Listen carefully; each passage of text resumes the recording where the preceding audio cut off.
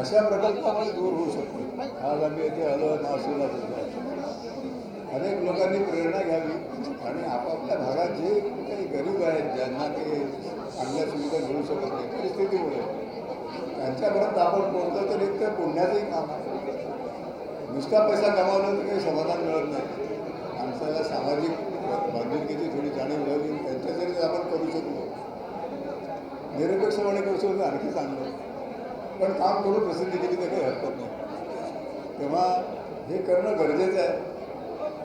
नाहीतर भौतिकवादाकडे जाऊन आपण कुठे चाललो आहे त्याला काही अंत नाही आहे. माझं स्वतःचं उदाहरण मी देतो.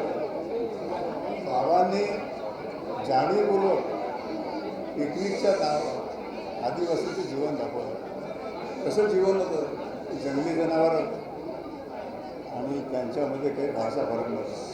खायला अन्न नाही मग जंगलात शिकार करायची वन्य प्राण्यांची पक्षी खायचे. अंगावर कपडा नाही दिगंबर. थंडीच्या दिवसामध्ये शेकोटी पैसे झोपायचे जळायचे. हे जेव्हा प्रत्यक्ष दाखवलं तेव्हा आपले डोळे उघडतात की आपल्याकडे किती सुखसुविधा आहे तरी आपण आणखी त्याच्या मागे लागतो. ज्यांच्याकडे काही नाही ते बिचारे भीक मागत नाही ज्यांची चोऱ्या करत नाही. आम्ही खूप शिकलो त्यांच्यापासून शिकलो. तेव्हा हे अशा ठिकाणी जे काही काम आहे चालू आहेत निरपेक्षपणे ते जाऊन बघणं गरजेचं आहे तरुणांनी. आणि आमच्या दोघांचा असा अनुभव खूप चांगला आहे की वेगवेगळ्या कॉलेजेस मेडिकल कॉलेजेस आता डॉक्टरचं नाव बदनाम झालं नुसतं पैशाच्या मागे असं. पण बरेचसे मेडिकल कॉलेजनी आम्हाला बोलवून आमच्या कामाबद्दलचे अनुभव ऐकून घेतले. त्यातले काही जण प्रेरित होऊन वेगवेगळ्या भागात सेवा तर करतात नाही सेवा करता आधी तर आठवड्यातून काही दिवस त्या भागात जाऊन त्यांना कमी पैशामध्ये किंवा फ्री सेवा देता येते.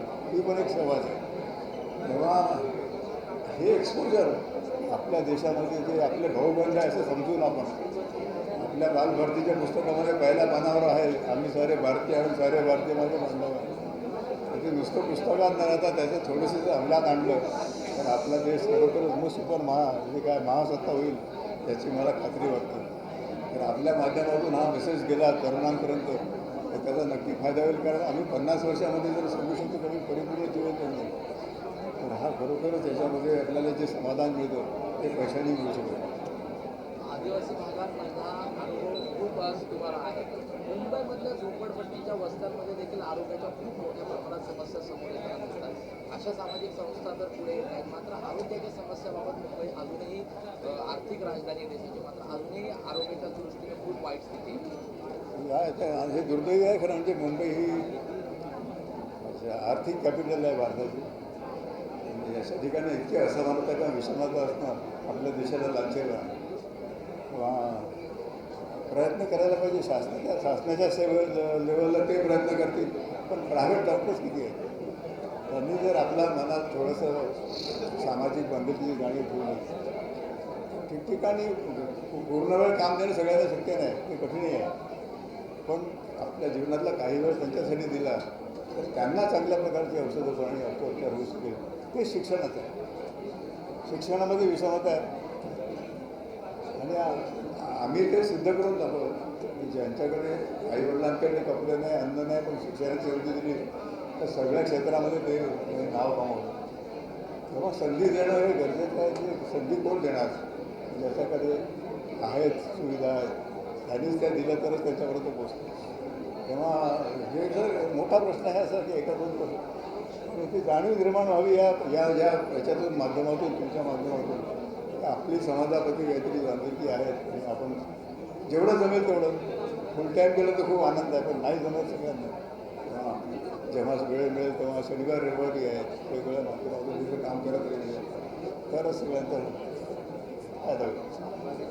एकीकडे मोठ्या प्रमाणात कट प्रॅक्टिसिंगचा प्रकार वारंवार समोर येतो. बरोबर. अशा वेळेस तुमच्यासारख्या संस्था असतील, आज या संस्थेने जे काम केलेलं आहे कसं पाहताय? हे खरं म्हणजे आमच्यासाठी नवीन आहे, कारण आम्ही जंगलात आमचं हॉस्पिटल चालू होतं तर तिथे याचा हे शब्दच नाही आहे. पण शहरात चालू आहे आणि ते वाईट आहे. याच्यासाठी आमच्या एका मित्राने पुस्तक लिहिलं जे काय म्हणतात त्याला इथिकली प्रॅक्टिस करतात त्या डॉक्टरांनीच लिहिलेली उदाहरण की हे कसं वाईट आहे. पॅथॉलॉजीचे रिपोर्ट चुकीचे देणे, कट प्रॅक्टिस करणे, औषधाची गरज नसताना औषध देणे, व्हेंटिलेटरचा वापर नसताना करणे. या पुस्तकाचं नाव आहे डिसेंटिंग डायग्नोसिस. खूपच कॉन्ट्रोवर्शियल आहे. म्हणजे डॉक्टर लोकांना त्याचा राग आला, पण ज्याने जर काही केलं नसेल प्रकार जर राग याचं काही कारण नाही. नवीन होणाऱ्या डॉक्टरांना ते वाचावं असं मी नेहमी सांगतो. आणि हे वाचल्यानंतर त्या पद्धतीने ज्या काही गैरप्रकार जर नाही केले तर आपल्या देशाला जे पूर्वीचा जे त्यांना जे स्टेटस होती डॉक्टर म्हणजे देवाचं स्वरूप आहे ते परत यायला मदत होईल असं मी नेहमी सांगतो.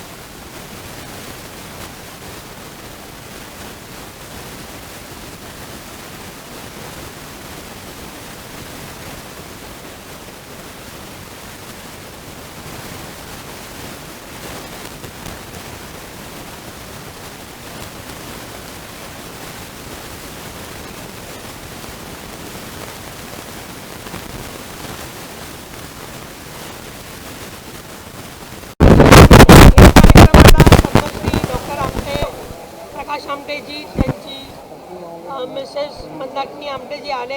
त्यांनी आमच्या क्लिनिकला भेट दिली आणि इकडे झालेला कार्यक्रमाला त्यांनी ॲज अन चीफ गेस्ट म्हणून आमच्या निवेदनानं स्वीकार केलं. आम्ही त्यांचे खूप खूप आभारी आहे. हा कार्यक्रम आम्ही पहिला विचार केला होता की कार्यक्रम कसं घ्यावं. तर आम्ही सरांचं जे कार्य आहे, आता ही येणारी जनरेशनला पण कळलं पाहिजे की आपल्याला पुढे कसं समाजसेवामध्ये जायला पाहिजे. आम्ही एक एक्सपेरिमेंट केली की आम्ही प्रत्येक आजूबाजूच्या 6 शाळे निवडले आणि तिकडे 8 आणि 9च्या मुलांना आम्ही आनंदवन, प्रकाश आमटे, बाबा आमटे, निसर्ग, मेडिकल कॅम्प हा आम्ही त्यांना टॉपिक्स दिला आणि त्याच्यावरती चित्रछाया करायला सांगितलं, पेंटिंग्स करायला सांगितलं. आम्हाला आश्चर्य झालं. एक्झामचे दिवस खूप जवळ आहेत. एक्झाम चालू झाले काही शाळांमध्ये, पण नुसतं 6 शाळांमध्ये 250 मुलांनी पार्टिसिपेट केलं. हा खूप म्हणजे एक प्रेरणादायक आहे. एखादा आपण फिल्म स्टारचं, पिक्चरचं किंवा एखादा आपण सेलिब्रिटीचं आपण याच्या जीवनावरती करायला सांगतो तर भरपूर लोक सहभाग घेतात, पण एका सोशल ॲक्टिव्हिस्टवरती एवढं प्रेम दाखवणं म्हणजे हा समजून येते की येणारी पिढी पण सोशल ॲक्टिव्हिटी करायला खूप इच्छुक आहे. आणि एवढा प्रतिसाद भेटलं, आपलं सगळ्यांचा प्रतिसाद भेटलं, आपल्या सगळ्यांचं इनफॅक्ट मी माफी पण मागतो, तुम्हाला थोडं इन्कन्व्हिनियन्स झालं, पण हा सगळं चांगलं झालं. मी सगळ्यांचा धन्यवाद मानतो.